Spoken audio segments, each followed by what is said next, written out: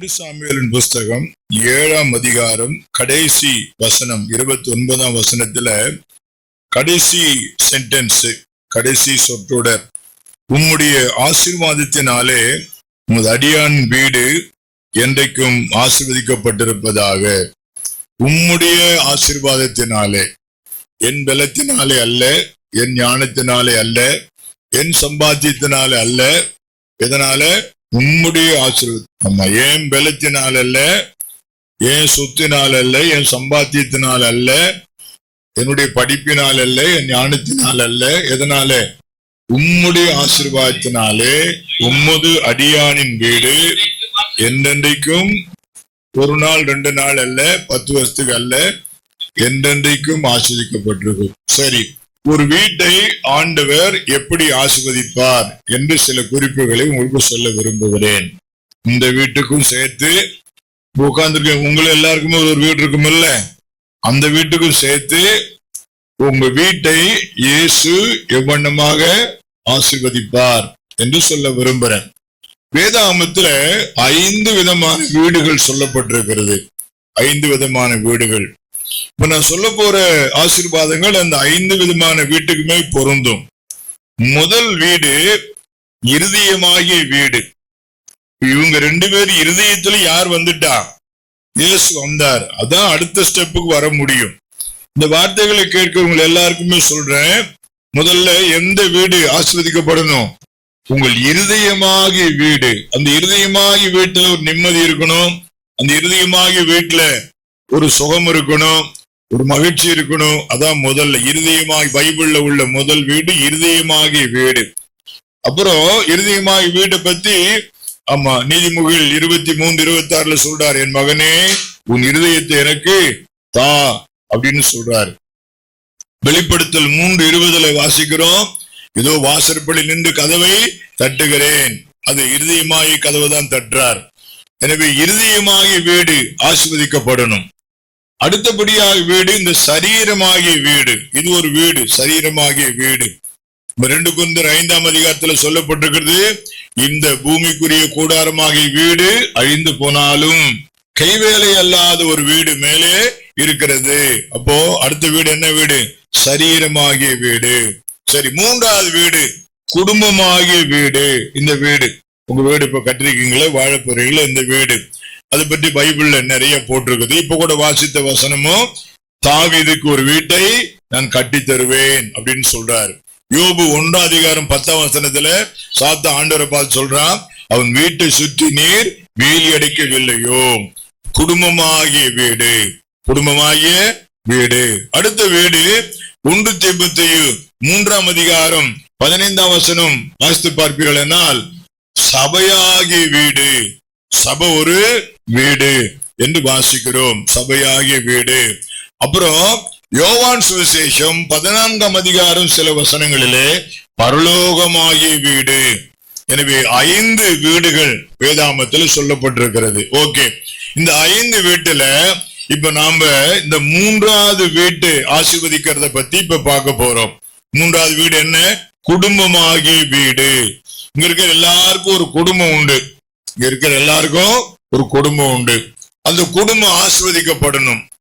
அந்த வீடு, நீங்கள் குடியிருக்கிற வீடு ஆசீர்வதிக்கப்படணும். கர்த்தர் ஜெபத்தை கேட்டாரு, கர்த்தர் செய்தாரு, அவர் தான் செய்தாரு, கர்த்தர் தான் எங்களை ஆசீர்வதித்தாரு. என்ன? ஆமா, கர்த்தர் கர்த்தர் அப்படின்னு சொன்னா பைபிள்ல உங்களை நிறைய பேருக்கு பைபிளை படிச்சாதானே விளங்குறதுக்கு. ஆமா, ஆதியாகமம் 2ஆம் அதிகாரத்துல உன் தேவனாகிய கர்த்தர் அப்படின்ற வார்த்தை வரும். தேவனாகிய கர்த்தர். புதிய ஏற்பாட்டுல கர்த்தராகிய இயேசு கிறிஸ்து. எப்படி? பழைய ஏற்பாட்டுல தேவனாகிய கர்த்தர், அந்த யெகோவாகிய தேவனை கர்த்தர் என்று சொல்லிட்டு அந்த வார்த்தையை புதிய ஏற்பாட்டுல யாருக்கு கொடுக்கறாங்க? கர்த்தராகிய இயேசு கிறிஸ்து. அப்ப இயேசு என்பவரைத்தான் பைபிள் கர்த்தர் என்று சொல்லுது. பைபிளை ஒழுங்கா படிச்சவங்க நல்லா விளங்கி கொள்ளலாம். கர்த்தருக்கு ஸ்தோத்திரம். அப்போ யார் வீட்டுக்கு வரணும்? இயேசு வீட்டுக்கு வரணும். இயேசு வீட்டுக்கு வரணும். ஆமா, லூக்கா சுவிசேஷத்துல 19ஆம் அதிகாரத்துல சகேயுன்னு ஒருத்தன் ஆண்டவரை பார்க்கறதுக்காக மரத்து மேல ஏறி உட்கார்ந்துக்கிட்டான். அப்படி மரத்துல ஏறி உட்கார்ந்தவன இயேசு பார்த்துட்டாரு. இயேசு பார்த்துட்டு அவன்கிட்ட சொல்றாரு, 5ஆம் வசனத்துல, லூக்கா 19:5 சொல்றாரு, இயேசு அந்த இடத்தில் வந்த பொழுது அண்ணாந்து பார்த்து அவனை கண்டு, சகையுவே, நீ சீக்கிரமா இறங்கி வா, உன் வீட்டில் வந்து தங்க வேண்டும். ஞாபகத்தில் வைத்துக் கொள்ளுங்க. இயேசு சகையை பார்த்து சொல்றாரு, நான் உன் வீட்டில் தங்க வேண்டும். இங்க இருக்கிற எல்லாரும் கேட்டுக்கொள்ளுங்க, இந்த வீட்டுல யார் தங்கணும்? இயேசு. வெறும் இயேசுன்னு சொல்லாதீங்க, யாரு? கர்த்தராகிய இயேசு. ஆதியாகமம் 1ஆம் அதிகாரத்துல 2ஆம் அதிகாரத்துல ஆபிரகாமோடு பேசின அந்த கர்த்தர், அவரை தான் புதிய ஏற்பாட்டுல இயேசுக்கு என்னன்னு சொல்லப்படுது? கர்த்தராகிய இயேசு கிறிஸ்து. இந்த இயேசுதான் இப்ப சகையை பார்த்து சொல்றாரு, நான் உன் வீட்டிலே தங்க வேண்டும் என்று சொல்றாரு. அப்போ ஒரு வீடு ஆசீர்வதிக்கப்படணும்னா அங்க யார் வந்து தங்கணும்? இயேசு, கர்த்தராகிய இயேசு வந்து தங்கணும். சில வீடுகள்லாம் கிரகப்பிரவேசம் பார்த்திருக்கிறேன், எல்லா வீடுகளையும் பார்த்திருக்கிறேன். பசுமாட்டை கொண்டு வந்து நிப்பாட்டி அத நீர் கைக்கு விட்டு அப்படிதான் ஆசீர்வாதம் வரும்னு சொல்லுவாங்க. அப்படிதானே? பார்த்திருக்கீங்களா? பார்த்தது இல்ல? ஆமா. திருவிளக்கு ஏற்றி வச்சு, விளக்கு ஏற்றி வச்சாச்சு, ஆமா விளக்கு வந்துடுச்சு அப்படின்னு சொல்லுவாங்க. கர்த்தருக்கு ஸ்தோத்திரம். அப்புறம் பிள்ளையார கொண்டாந்து வச்சு அது ஆசீர்வாதி வரும்னு சொல்லுவாங்க. களிமண்ணுல சாணியில அரும்புள்ள குத்தி அதுக்கு பூஜை பண்ணி அதை கொண்டாந்து வைப்பாங்க. ஆனா ஆண்டோடைய வார்த்தை சொல்லுது, இயேசு என்ன சொல்றாரு? நான் இன்றைக்கு உன் வீட்டிலே தங்க வேண்டும். தங்க இயேசு வந்து தங்கிட்டா எல்லாமே வந்துடும். எல்லாம் ஞாபகம் வைத்துக் கொள்ளுங்க. ஏன்? இயேசு விட்ட எல்லாம் இருக்குது. அவர்தான் உலகத்திலேயே பெரிய ஆண்டவர். இயேசு வந்து உங்க வீட்டுல தங்கிட்டா எல்லாமே வந்துடும். அதனாலதான் பைபிள்ல போட்டுக்குது, மத்தேயு 6:33, முதலாவது தேவனுடைய ராஜ்யத்தையும் நீதியையும் தேடுங்கள், அப்பொழுது இவைகள் எல்லாம் உங்களுக்கு கூட கொடுக்கப்படும். அப்ப இயேசு வந்துட்டாருன்னா உங்கள் வாழ்க்கையில என்ன வரும்? எல்லாமே வந்துடும். உங்க வீடு நிரம்பும்படி கர்த்தர் ஆசீர்வதிப்பார். பாத்திரம் மட்டும் நிரம்புறதல்ல. என்ன சொல்றாரு? மல்கியா 3:10 சொல்ற வசனம் நிறைவேறிருக்குது. என்ன மல்கியா 3:10 போட்டுக்குது? தசமபாகம் பண்டகசாலையில கொண்டு வாருங்கள், அப்போது நான் வானத்தின் பலகணிகளை திறந்து இடம் கொள்ளாமற் போகும் மட்டும் உங்கள் மேல் ஆசீர்வாதத்தை வருஷிக்க மாட்டானோ வென்று அதனால் என்னை சோதித்து பாருங்கள். அப்ப எப்படி சொல்றாரு? இடம் கொள்ளாமற் போகும் மட்டுமா? அப்ப வீட்டை என்ன பண்ணுவாராம்? நிரப்புவாராம். வீட்டை ஆசீர்வாதத்தினால நிரப்புவாராம். இங்கே ஒரு விஷயத்த சொல்றேன். செய்தி நேரத்துல, வசன நேரத்துல வசனத்தை கனப்படுத்துங்க. ஆண்டுடைய வார்த்தையை கனப்படுத்துங்க. அமைதியா இருக்கணும், ஒருத்தர் பேச வேண்டாம். முடிச்சுட்டு நாங்க போயிடுவோம். உட்காந்து நீங்க பூரா உட்காந்து பேசிட்டு போங்க. கட்டி பிடிச்சி முத்தம் கொடுத்து என்னென்ன பண்ணுமோ பண்ணிட்டு போங்க. வசனம் பேசும்போது அங்குமுங்க நடக்க வேண்டாம், டிஸ்டர்பன்ஸ் இருக்க கூடாது. நீங்க உட்காந்துருங்க பிரதர். கர்த்தருக்கு ஸ்தோத்திரம். ஒரு தகப்பன், அவருக்கு 2 பிள்ளைங்க, அண்ணன் தம்பி 2 பிள்ளைங்க.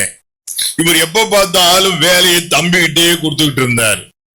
தம்பிக்கிட்டே வேலையை கொடுத்துக்கிட்டு இருந்தா ஒரு நாள் அண்ணங்காரனு கோபம் வந்துடுச்சு. என்ன கோபம் வந்துச்சுன்னா, அப்பாவை கூப்பிட்டு சொல்றான், என்ன நீ எப்ப பார்த்தாலும் தம்பிக்கிட்டே வேலை கொடுக்குற? நான் ஒருத்தர் இருக்கிறத மறந்துட்டியா? நான் அண்ணங்கார இருக்கிறேன், பல தடவை கொடுத்தேன், நீ ஒழுங்கா செய்யல, அதனாலதான் தம்பி கிட்ட கொடுத்தேன், தம்பி நல்லா செய்யறான். அது எப்படி உங்களுக்கு தெரியும்? தம்பி நல்லா செய்யறான்னு உங்களுக்கு எப்ப தெரியும்? என்கிட்ட கொடுத்து பாரு, நான் செஞ்சு காட்டுறேன். அப்பா அன்னைக்கு ஒரு டெஸ்ட் வச்சாரு. அப்பா என்ன டெஸ்ட் வச்சாருன்னா, அண்ணனையும் தம்பியும் கூப்பிட்டாரு. கூப்பிட்டு, ஆமா, அண்ணன் கையில 100 ரூபாயும் தம்பி கையில 100 ரூபாயும் கொடுத்து, இன்னைக்கு சாயங்காலம் உங்க வீட்டுக்கு வருவேன், இந்த 100 ரூபாய் வச்சு உங்க வீடு பூரா எதையாவது வாங்கி நிரப்பி வைக்கணும்ட்டாரு. அண்ணங்காரனுக்கு ஒரே பிரச்சனை, 100 ரூபாயை கொடுத்துட்டு வீட்டை நிரப்ப சொல்றாரு. 100 ரூபாயை கொடுத்துட்டு வீட்டை நிரப்ப சொல்றாரு. என்ன இந்த ஆளுக்கு புத்தி இல்லையா? 100 ரூபாய் என்னத்த பொருளை வாங்குறது, 100 ரூபாய்க்கு எதை வாங்குறதுன்னு ரொம்ப நேரம் திங்க் பண்ணான். கடைசியில் ஒரு ஐடியா வந்துச்சு. 100 ரூபாய் எடுத்துட்டு போய் வைக்கோல வாங்கிட்டு வந்து வீடு பூரா நிரப்பி வச்சுட்டு மனசுல நிம்மதி. அப்பா வீடு பூரா நிரப்பிட்டேன், எங்க அப்பா வருவாரு, நான் காட்டுறேன். அப்புறம் நைஸா போய் தம்பி வீட்டை பார்க்கலான்னு போய் தம்பியை பார்த்தான். அங்க வீடு காலியா இருக்குது. ஆனா விளக்கு ஒண்ணு எரிஞ்சிச்சு, ஊதுபத்தி ஒண்ணு வச்சு கொளுத்தி இருந்தா, வாசனை அடிச்சுது. தம்பிக்காரன் அண்ணன் கேக்குற, டேய் அப்பா சொன்னது மறந்துட்டியாடா? வீடு பூரா நிரம்பி இருக்கணும்னு சொன்னாரடா, நீ என்னடா ஒண்ணுமே வச்சில்ல, வீடு காலியா இருக்குதுடா அப்படின்னு சொல்றான். பரவாயில்ல பரவாயில்ல, அப்பா வரட்டும் பேசிக்கலான்னுட்டான். அப்பா வந்தாரு. முதல்ல அண்ணன் வீட்டுக்கு போலாம் அப்படின்னு அண்ணன் வீட்டுக்கு போனா உள்ளே நுழைய முடியல, பூரா என்னவா இருக்குது, வைக்கோலா இருக்குது. வாடா தம்பி வீட்டுக்கு போலாம் அப்படின்னு தம்பி வீட்டுக்கு போனா, ஆமா அந்த சொல்றாரு அப்பா தம்பியை அண்ணனை பார்த்து சொல்றாரு, பாத்தியாடா இந்த வீடு முழுவதும் வெளிச்சத்தால நிரம்பி இருக்குது, இந்த வீடு முழுவதும் வெளிச்சத்தால் நிரம்பி, இந்த வீடு முழுவதும் வாசனையினால் நிரம்பி இருக்குது, ஊதுபத்தி வாசனை வீடெல்லாம் இருக்குதுடா.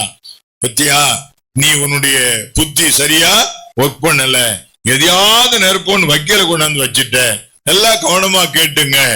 இயேசு கர்த்தராகி இயேசு ஒரு வீட்டுக்கு வந்தா அவர் என்னெல்லாம் ஆசீர்வாதம் தருவார், இந்த வீட்டுக்கு என்னெல்லாம் ஆசீர்வாதம் தருவார் அப்படின்னு நீங்க நல்லா தெரிஞ்சுக்கணும். கர்த்தருக்கு ஸ்தோத்திரம். இயேசு ஆமா வந்தா, ஆமா இயேசு வந்த வீட்டுல ஒருத்தர் பாட்டு பாடுறார். இயேசு வந்த வீட்டில் சந்தோஷமே, இயேசு வந்த வீட்டில் சந்தோஷமே, இயேசு வந்த வீட்டில் சந்தோஷமே, சந்தோஷம் சந்தோஷமே, சந்தோஷம் சந்தோஷமே, இயேசு வந்த வீட்டில் சமாதானமே, இயேசு வந்த வீட்டில் சமாதானமே, இயேசு வந்த வீட்டில் சமாதானமே, சமாதானமே, சமாதானமே, இயேசு வந்த வீட்டில் சிகரெட் இல்லையே, இயேசு வந்த வீட்டில் சிகரெட் இல்லையே, இயேசு வந்த வீட்டில் சிகரெட் இல்லையே, சிகரெட் இல்லையே, இயேசு வந்த வீட்டில் விஸ்கி இல்லையே, இயேசு வந்த வீட்டில் விஸ்கி இல்லையே, இயேசு வந்த வீட்டில் விஸ்கி இல்லையே, விஸ்கி இல்லையே. என்ன இருக்கும் என்ன இல்ல? இயேசு வந்த வீட்டுல என்ன இருக்கும்? சந்தோஷம். இயேசு வந்த வீட்டுல சமாதானம். இயேசு ஒரு வீட்டுக்கு வந்தா என்னெல்லாம் ஆசீர்வாதம். இயேசு சொல்றாரு, நான் உலகத்துக்கு ஒளியாயிருக்கிறேன். யோவான் 8:12 சொல்றாரு, நான் உலகத்துக்கு ஒளி. இந்த வார்த்தையை எவரும் சொல்லல இதுவரையிலும். நீங்க எந்த சமயத்தை சார்ந்தவரோ எனக்கு தெரியாது. இந்த வார்த்தையை இதுவரை யாரும் சொன்னது இல்லை, சொல்லவும் முடியாது. இயேசு சொல்றார், நான் உலகத்துக்கு ஒளியாயிருக்கிறேன். யோவான்ல 1 அதிகாரத்துல 5ஆம் வசனத்துல தேவன் ஒளியாயிருக்கிறார் அப்படின்னு போட்டிருக்குது. இங்க இயேசு சொல்றாரு, நான் உலகத்துக்கு ஒளியாயிருக்கிறேன் என்று ஆண்டவர் சொல்றாரு. நல்லா கவனித்துக் கொள்ளுங்கள். உலகில் தோன்றிய முன்னோர் ஓதிய வேதம் எல்லாம் நிலையதாம் சோதி தன்னை நிசமதாய் சொன்னவில்லை. உலகில் தோன்றிய முன்னோர் ஊதிய வேதமெல்லாம் நிலையதாம் சோதி தன்னை நிசமதாய் சொன்னதில்லை. இது யார் சொன்னது தெரியுங்களா? ஆதிசங்கரர் உபநிடதங்களுக்கு விளக்க உரை எழுதி இருக்கிறார். அந்த விளக்க உரையின் கடைசி விளக்க உரை தான் இப்ப நான் சொன்னது. என்ன மறுபடியும் சொல்ற, நல்லா காதுள்ளவங்க கேட்டுக்கொள்ளுங்க. உலகில் தோன்றிய முன்னோர் ஓதிய வேதம் எல்லாம் நிலையதாம் சோதி தன்னை நிசமதாய் சொன்னதில்லை. பற்பல பேதகமாய் பங்கமாய் கூறு செய்து அழகை போர் பொய்யை பேசி எரிநரகு அழிந்து போனார். அப்ப உலகத்துல தோன்றிய முன்னோர் ஓதன வேதத்துல எல்லாம் மெய்யான ஜோதி சொல்லப்படவில்லையாம், மெய்யான ஜோதியை சொல்லலையாம்.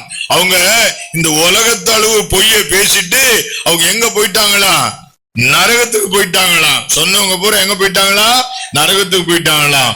ஆனா இயேசு சொல்றாரு, நான் உலகத்துக்கு ஒளியா இருக்கிறேன்.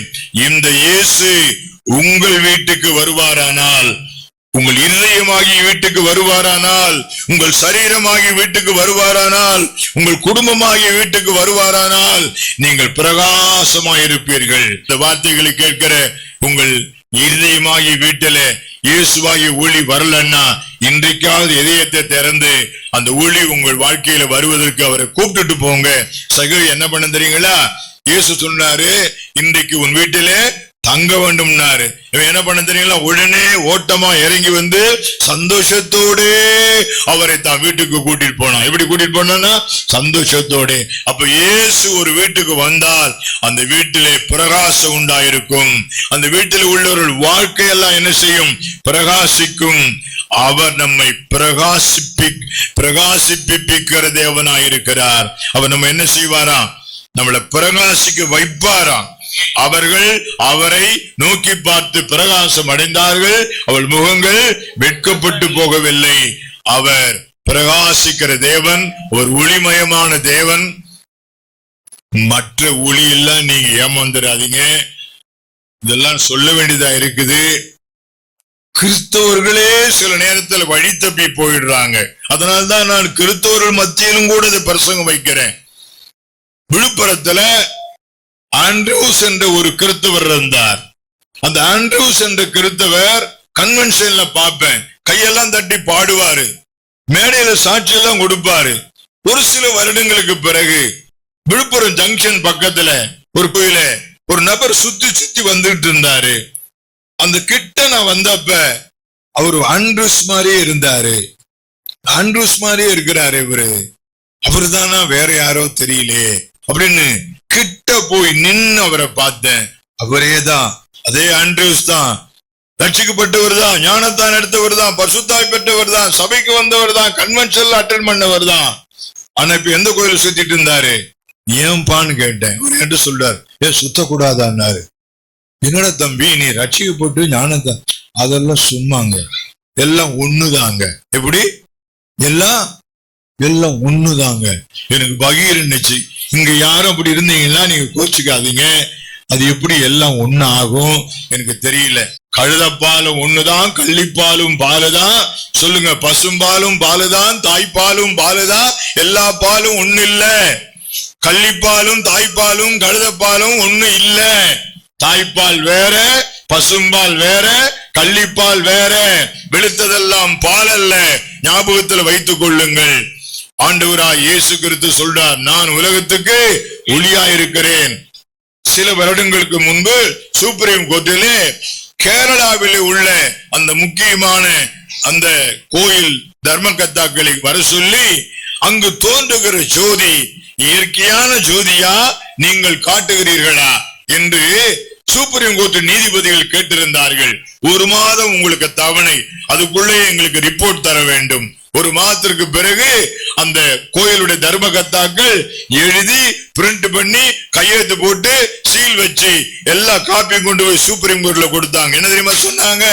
அங்கு காண்பிக்கப்படுகிற ஜோதி நாங்கள் காட்டுகிற ஜோதி தான், அது இயற்கையாக வருகிற ஜோதி அல்ல.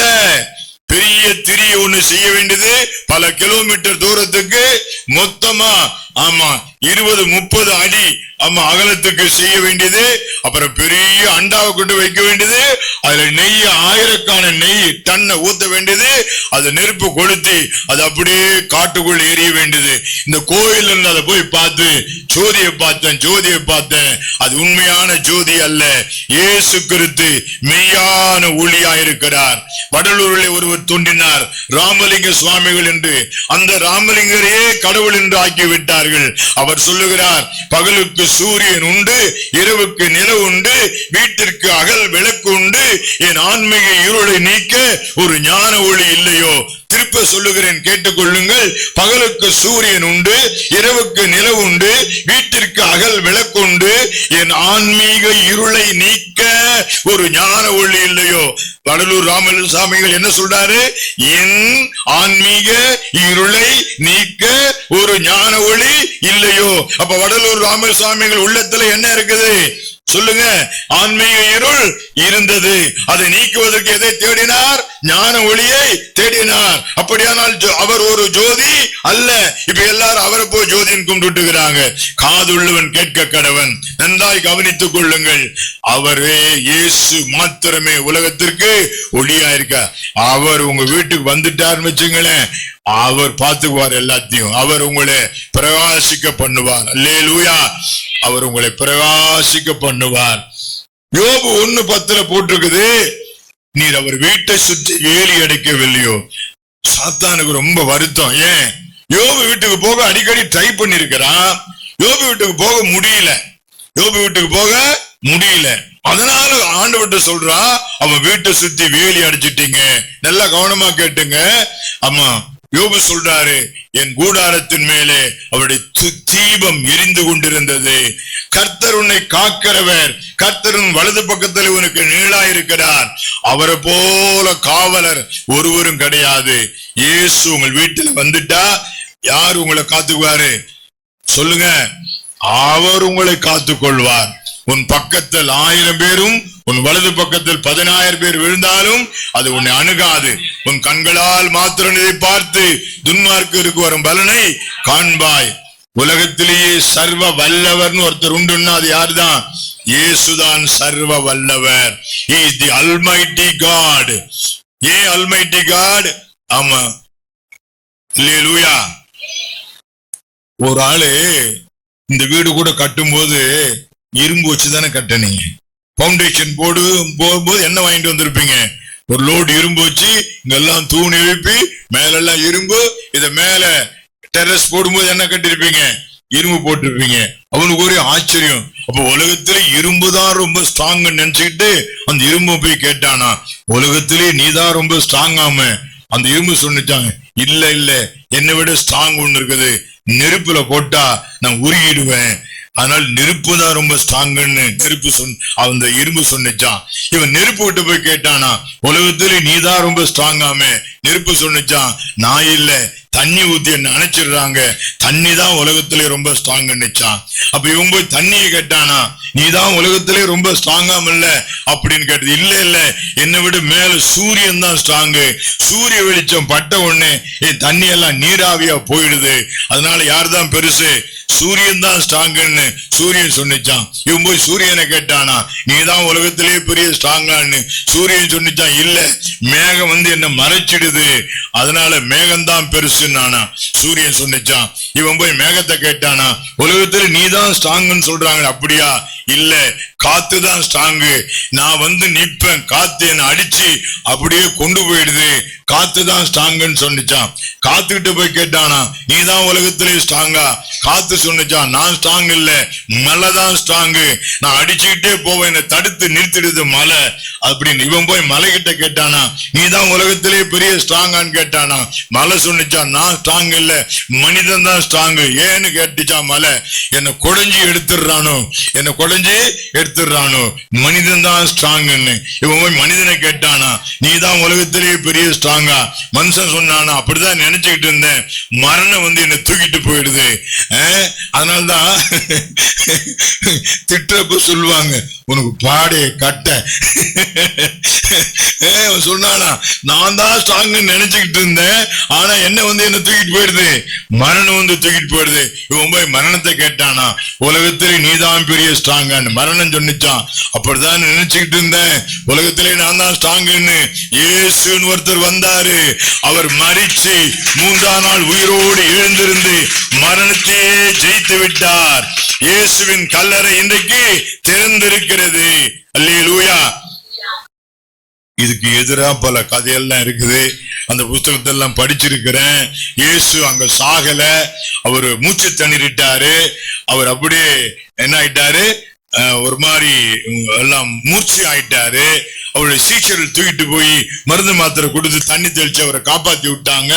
அவர் திரும்பி வந்து காஷ்மீர்ல வந்து திபேத்துல எல்லாம் ஊழியம் பார்த்தாரு. இங்க செத்துட்டாரு, அவர் கல்ற காஷ்மீர்ல இருக்குது அப்படின்னு சொல்லி ஆமா சொல்றாங்க. அந்த புஸ்தகத்தை நான் படிச்சிருக்கிறேன், நீங்க படிச்சிருக்க மாட்டீங்க. எங்க படிச்சுன்னு கேக்குறீங்களா? முடிஞ்சா கன்னிமரா லைப்ரரிக்கு சென்னையில போங்க. இந்தியாவிலேயே பெரிய லைப்ரரி கன்னிமரா லைப்ரரி. அந்த புஸ்தகம் அங்க இருக்குது. அந்த புஸ்தகத்தை ஒருத்தன் எழுதி இருக்கிறான். அவன் எழுதுனவன் யார் தெரியுங்களா? சீனாவில ஒரு துறவி. அந்த துறவிக்கு சீனாவில கடவுளை தேடி தேடி பார்த்தா அவனுக்கு கடவுளை கண்டுபிடிக்கல, நிம்மதி கிடைக்கல. எனவே இந்தியாவுக்கு வந்தா இங்கேயும் கிடைக்கல நிம்மதி. திபேத்துக்கு போனா, திபேத்துல ஒரு ஆசிரமம் இருந்துச்சு, புத்த மடம் இருந்துச்சு. அந்த மடத்துல சேர்ந்தான். அந்த மடத்துல சேர்ந்து அங்க 2-3 வருஷம் உட்கார்ந்து இருந்தான். அங்கேயும் அவனுக்கு வேண்டிய என்ன கிடைக்கல? சமாதானம் கிடைக்கல. அங்கேயும் சமாதானம் கிடைக்காதனால எங்கேயுமே சமாதானம் கிடைக்கல. நம்ம கிளம்பிடலாம் அப்படின்னு கிளம்புறப்ப மனசுக்குள்ள உறுத்துது. என்ன தெரியுமா உறுத்துது? சைனாவில இருந்து வந்தேன், பெரிய படிப்புக்காரன், பெரிய துறவி, நம்ம வேஸ்டா திரும்பி போனா யாரும் எதுவும் சொல்லுவாங்கன்னு அவன் ஒரு புஸ்தகம் எழுதிட்டான். என்ன புஸ்தகம் தெரியுமா? எதுனா, நான் திபேத்துக்கு வந்தேன், அங்க புத்த மடத்துல தங்கினேன், அங்க ஒரு புஸ்தகம் இருந்துச்சு. அந்த புஸ்தகத்துல இயேசு காஷ்மீருக்கு வந்தார் என்றும் அங்க மரித்து அடக்கம் பண்ணப்பட்டார் என்றும் ஒரு புஸ்தகம் இருந்துச்சு. அதை நான் படிச்சேன்னு சொல்லிட்டு இவன் ஒரு புஸ்தகம் எழுதிட்டான். நல்லா கவனிச்சிருக்கீங்களா? ஆமா. இந்த புஸ்தகம் வெளியான உடனே கிறிஸ்தவர்களுக்குள்ள பெரிய அதிர்ச்சி, இந்துக்களுக்கு பெரிய அதிர்ச்சி, ஐரோப்பியர்களுக்கு பெரிய அதிர்ச்சி, இந்து மக்கள், இந்திய தேசத்தில் உள்ள இந்து மக்களுக்கு பெரிய சந்தோஷம் உண்டாகி, ஆமா, இன்று பனாரஸ் யூனிவர்சிட்டியில இருந்து 10 பேரை பெரிய ப்ரொஃபசர்ஸ் வர சொல்லி திபேத்துக்கு அனுப்பி அந்த திபேத்துல உள்ள அந்த மடத்துக்கு போய் அப்படி ஒரு புஸ்தகம் இருக்குதான்னு கேட்டாங்க. அவங்க சொன்னாங்க, அப்படி ஒரு புஸ்தகம் இல்லையே. இப்ப இவன் எழுதியிருக்கிறானே, இவன் இப்படி தப்பா எழுதிட்டான், அவங்க ஒரு பைத்தியன், அவங்க புத்தகத்தை நம்பியா நீங்க வந்தீங்க? அப்ப அவங்க எல்லாம் வந்து இந்து பனாரஸ் வந்து அப்படி ஒரு புஸ்தகம் இல்ல, அவன் எழுதி வச்சுட்டு போயிட்டான். நல்லா கவனமா கவனித்துக் கொள்ளுங்க. இயேசு சிலுவையில மரித்தது உண்மை, அடக்கம் பண்ணப்பட்டது உண்மை, 3ஆம் நாள் உயிரோடு எழுந்திருந்தது உண்மை. இயேசுவே சர்வ வல்லவர். அந்த இயேசு உங்க வீட்டுக்கு வந்தாருன்னா நிறைய ஆசீர்வாதங்கள் கிடைக்கும். எப்படி கிடைக்கும்? உங்களை காப்பார், உங்களை நடத்துவார். சங்கீதம் 122:7 உன் அலங்கத்துக்குள்ளே சமாதானமும் ஒரு அரண்மனைக்குள்ளே சுகமும் இருப்பதாக. இயேசு ஒரு வீட்டுக்கு வரும்போது அங்க என்ன கிடைக்கும் தெரியுமா? சமாதானம் கிடைக்கும். இயேசு ஒரு வீட்டுக்கு வரும்போது அங்க என்ன கிடைக்கும்? சுகம் கிடைக்கும். ஏன்? அலங்கத்துக்குள்ளே, அலங்கம் என்றால் உன் காம்பவுண்டுன்னு பேரு. உன் காம்பவுண்டுக்குள்ள என்ன உண்டு? சமாதானம் உண்டு. ஆமா, உன் அரண்மனைக்குள்ள என்ன உண்டு? சுகம் உண்டு. இயேசு ஒரு வீட்டுக்கு போனார், பேதுருவின் மாமி வீட்டுக்கு. ஆண்டவர் தொட்டு என்ன பண்ணாரு? சுகமாக்கினார்.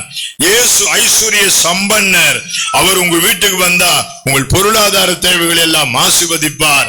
இயேசு வந்துட்டா எல்லாமே வந்துவிடும். நீங்கள் செய்ய வேண்டியது ஒன்னே ஒண்ணுதான், இயேசு தங்கணும். வந்துட்டு போறது, விசிட் பண்ணிட்டு போறது கிடையாது. அப்பப்ப வாங்க வாங்கன்னு சொல்றது இல்ல. இயேசு என்ன பண்ணணும்? தங்கணும், நிரந்தரமா தங்கணும். அதுக்கு ஏத்த மாதிரி கால மாலை ஜெபம், வேதத்தை வாசிக்கிறது, துதிக்கிறது. ஏன்? அவர் எதுல வாசம் பண்றாரு? துதிகளின் மத்தியிலே வாசம் பண்றாரு. நம்ம எங்கே 2 பேர் அல்லது 3 பேர் எங்க இருக்கிறீங்களோ அங்க இருப்பேன்னு சொல்றாரு. அப்ப குடும்ப ஜெபம், தனி ஜெபம் அந்த வீட்டுல இருந்தா இயேசு என்ன பண்ணுவாரு? தங்குவாரு. துதி ஸ்தோத்திரம் இருந்தா இயேசு அந்த வீட்டுல தங்குவாரு. அவரும் அவருடைய வார்த்தை ஒன்றுதான். எங்கெல்லாம் வேத வசனத்தை நீங்க கனப்படுத்துறீங்களோ அங்கெல்லாம் யார் இருப்பாரு? இயேசு இருப்பாரு. அப்ப நீங்க செய்ய வேண்டியது உங்க வீட்டை பத்திரமா பார்த்து கொள்ளுங்க. சங்கீதம் 101:2 சொல்லுது, என் வீட்டிலே உத்தம இருதயத்தோடு நடந்து கொள்வேன். வீட்டை பரிசுத்தமாய் காத்து கொள்ளுங்கள், வீட்டை பரிசுத்தமாய் காத்து கொள்ளுங்கள். அல்லேலூயா. இயேசு உங்கள் வீட்டிலே தங்கட்டும். இயேசு உங்கள் வீட்டிலே தங்கட்டும். அல்லேலூயா. Praise the Lord. சில வீடுகள்ல நான் தெருக்கள்ல பாக்குறப்ப காலையில குப்பையை கொண்டாந்து போடும்போது பாட்டிலும் போடுவாங்க, நிறைய பாட்டில். எனக்கு அந்த பாட்டில பார்த்து ஆச்சரியமா இருக்கும். சைஸா இருக்கும், சதுரமா இருக்கும், ஒரு மாதிரி இருக்கும். அப்பதான் நினைச்சுக்குவேன், இந்த வீட்டுல என்ன செய்யறாங்க? பாட்டில் இருக்குது, என்ன பண்றாங்க? ஃப்ரிட்ஜில் வச்சு குடிக்கிறாங்க. குடிச்சா தப்பு இல்லைன்னு நினைக்கிறாங்க. ஆமா, சில வீட்டுல என்ன இருக்கும் சொல்லுங்க? சிகரெட் இருக்கும், சில வீட்டுல பீடி இருக்கும், வெத்தலை பாக்கு இருக்கும். ஞாபகத்தில் வைத்துக் கொள்ளுங்க. ஒரு வீட்டுல நான் போயிருந்தேன், அப்பெல்லாம் கேசட் இருக்கும், வீடியோ கேசட். இயேசு அழைக்கிறாரு, ஃபாதர் பெக்கமான்ஸ், இப்படிலாம் இருந்தது. அது அப்படியே பார்த்துட்டே வந்தா அங்க ஒரு கேசட் இருந்தது, பிதாமகன் ஒரு கேசட் இருந்தது. எனக்கு ரொம்ப சந்தோஷமா இருந்துச்சு. பரவாயில்ல, பிதாமகன் ஒரு ஆள் போட்டுக்கிறாங்க. அது எடுத்து அந்த ஐயாவை கூப்பிட்டு இதை கொஞ்சம் போடுங்களேன்னு. அதையா எடுத்துங்க,